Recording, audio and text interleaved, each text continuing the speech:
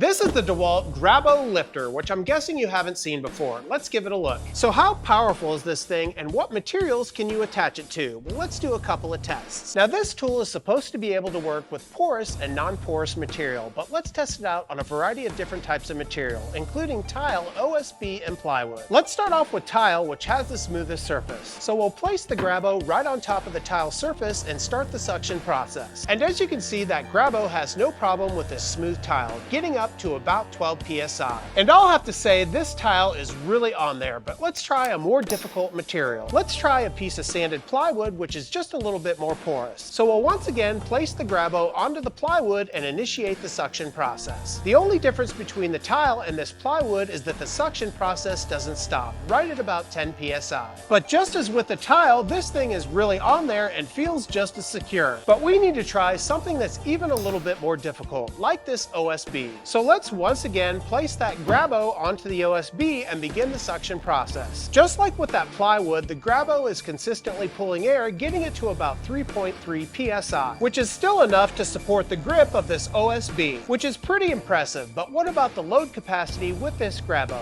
Well, DeWalt claims that it can accommodate up to 265 pounds. And luckily, I've got an old epoxied hardwood tabletop here, so let's test out that load capacity by trying to lift this tabletop. So once again, I'll place the Grabo right into the center of this tabletop and initiate the suction process. And as you can see here, I'm getting 12.1 psi, which is great. And honestly, I'm having more problems lifting this tabletop than the Grabo itself. In fact, this thing is so strong, I can actually lift the tabletop holding all the tools we've taken a look at today.